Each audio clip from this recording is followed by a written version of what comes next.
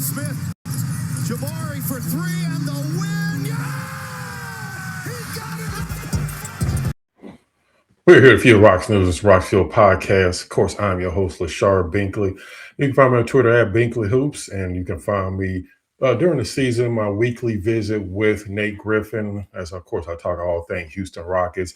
And on today's show, I will want to give my quick reaction because we just got breaking news that Marcus Smart signed a 2-year, $13 million deal with the Houston Rockets. It took a little bit longer than a lot of people thought because it was one of the deals that was reported for the last few days leading up to free agency. And a lot of people thought that the deal would be done as soon as free agency started. But this year, wasn't a lot of deals that were done right at that 5 p.m. Central Time opening of NBA free agency. And a lot of that has to do with the fact that teams were pretty much warned about tampering because we know from the past that a lot of these deals were getting done before free agency even started.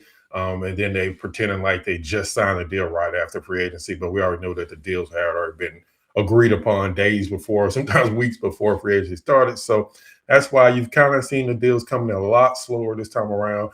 But the deal did finally happen. Also, the Rockets signed Bogdan Bogdanovich also to a 1-year deal. We don't have the terms of that. But so I want to give my quick reaction to both of those deals because the Rockets definitely were in the market to try to improve their bench. The Rockets had one of the worst second units in the NBA. They had one of the worst when it comes to just having a pure point guard. They had one of the worst combinations when it came to that with Reed Shepherd and amenthompson. Not that either player is a bad player, but when it comes to playing point guard with Fred VanVleet being out, Rockets had a very difficult situation last year. They tried to make up for all season long, and they just were not able to do it. So that kind of goes with the Marcus Smart signing. Also with Bogey, and you're going to be hearing that a lot because that's kind of his nickname. They wanted to bring in somebody that's kind of like instant offense, and that's why they went ahead and signed him, and it's a 1-year deal. I'm thinking it's probably a 1-year veteran minimum deal, but I think the Rockets are still working out those terms because nothing's been released yet as far as that. But just talking about the actual players themselves, we can start with Bogdan. I think he brings some the Rockets have been missing for a long time. Somebody can come off the bench and can be instant offense. Somebody that can come in, can score very quickly, doesn't need anybody to help him set up his shots. The Rockets did not have that at all coming off the bench outside when Reed Shepherd occasionally will come off the bench, but he's kind of back and forth all season.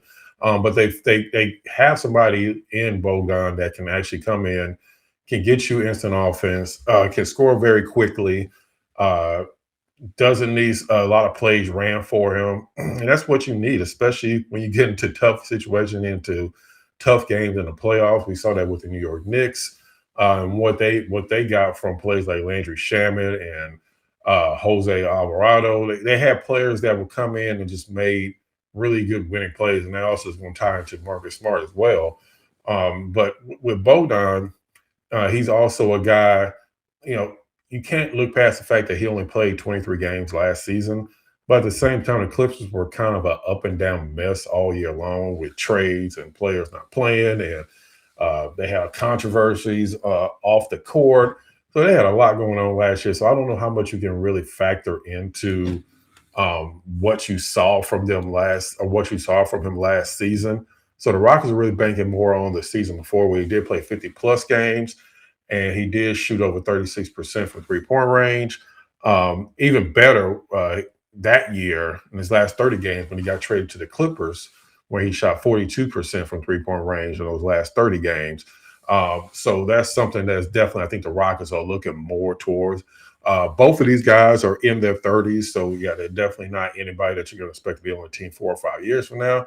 But the Rockets are looking more like right now, 1 to 2 years. Who can they bring in to improve that bench? Because, like I said, the Rockets had the worst bench in the NBA last season and wasn't even particularly close. So bringing in Bogdan definitely helps that. And it's not going to be any kind of a crazy salary, even if it's over that veteran minimum by a little bit. It's not going to be anything that's going to hamper them like last season's signings did, where they were hard capped at the first apron for the entire season. They couldn't bring anybody in. that wasn't making more than maybe $3 or $4 million, and you see that's why they didn't bring anybody in. So that signing happened late last night. And then first thing this morning, probably like 30 minutes ago, we found out that Marcus Smart deal finally did go through, and it's even better than I thought. And a lot of people thought it was going to be. The report was that he was going to sign a 3-year, $21 million year contract. Now it's 2 years, $13 million with a player option for that second year. And I think that's a great deal for both teams or both people, the Marcus Smart and the Rockets, because getting Marcus Smart out if he doesn't want to play with the Rockets after this upcoming season. And even if Marcus Smart is the worst player in the NBA next year, it's only a 2-year deal for $13 million. That's not a lot of money. That fits into one of their exceptions, so they don't have to go over their exception. They can fit them right into that. So it doesn't really hard cap the Rockets going forward. They can still make other, smaller moves as well. When you talk about the actual player himself, we saw what he can do in the playoffs when he's on top of his game, when he's playing the way that he's been playing the last few years, when he can really help a team. We saw that against the Rockets, where he pretty much dominated the Rockets those first 2 or 3 games, to the point where they had to put Jabari Smith on him because the Rockets guards, specifically Reed Shepard, just could not guard him. He was taking Reed Shepard to the basket. He was scoring at will. So we saw the good part of Marcus Smart. And on the defensive end, he was disrupted on the defensive end. He was making winning plays. He was doing everything that you need from a veteran point guard.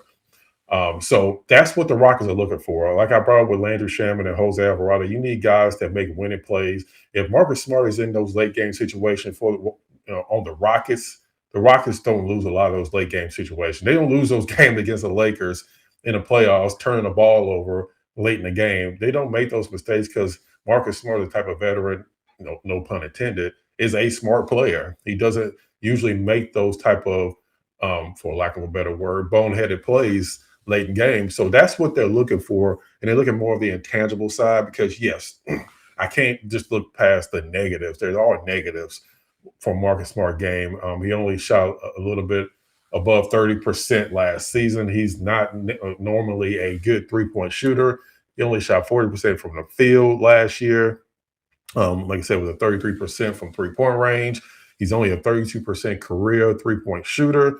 Now, those are definitely things that's a problem, especially for a team that struggles to shoot like the Houston Rockets. So I can't necessarily just look past those things.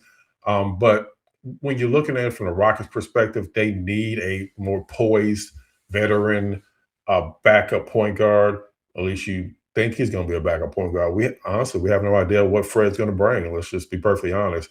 Fred can be perfectly healthy, but you don't know what Fred's going to bring until he's out on the court, till they're in practices, till you see him in training camp. You won't know exactly what he's going to bring to the team. So that's another reason why they brought Marcus in, because he's going to be playing more than we know. We don't know what Fred's going to be once he gets on the court. But at least, at the very least, you won't be in the same situation you were in last year, where you just didn't have anybody that could run the point guard position. That is more of a natural point guard, because Reed is not a natural point guard. Man, since he's been in the NBA, hasn't been really a point guard. So now you at least have a player that you don't have to worry about when Fred's not playing back-to-backs, because he's not going to play back-to-backs next season. So, yeah, there are positives and there are some negatives, but the negatives are kind of way down because, again, the contract is only 2 years, $13 million. It's not like you signed him to a 2-year, $25 million deal. It's not a Dorian Finney-Smith situation, $15+ million a year. So I think that's where you have to, when you're looking at the negatives, you have to look at the contract. What other player you're going to be able to get for 2 years, $13 million that can run your team when you need them to run your team? There's not a lot of options. It's not a lot of free agents out there to begin with, because we've seen a lot of the bigger players, bigger stars are already gone as far as via trades. We get the Giannis's and the Ja Morants of the world, LaMelo Ball. There's not a lot of free agents out there. And if they are out there, they're free agents Rockets couldn't afford anyway. James Harden, they could have signed LeBron to a non-tax mid-level exception, but more than likely LeBron's going to be going to either Cleveland or Golden State, one of those teams. So he really not an option anymore. So there's not a lot of options out there when it comes to free agency.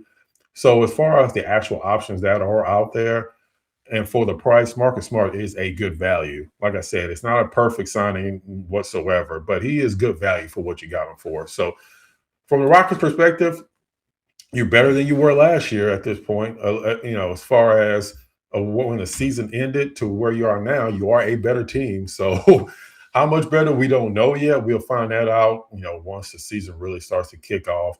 And then, you still have Bruce Thornton that you signed. So that's another guy that we don't know what he's going to be able to bring. We'll have to see more of him. I mean, yes, summer league, but summer league is summer league. We'll, of course, find out more about him as well once we get into training camp and during the preseason. So as of right now, the goal for the Rockets was to get better. They have gotten better. How much better? Like I said, we'll find out a little bit later. That's kind of my quick thoughts on the signings. If there are any more signings or trades for the Rockets, I definitely will be jumping back on. So as usual, I appreciate all the support, and make sure you check out the next episode of the Rocket Field Podcast.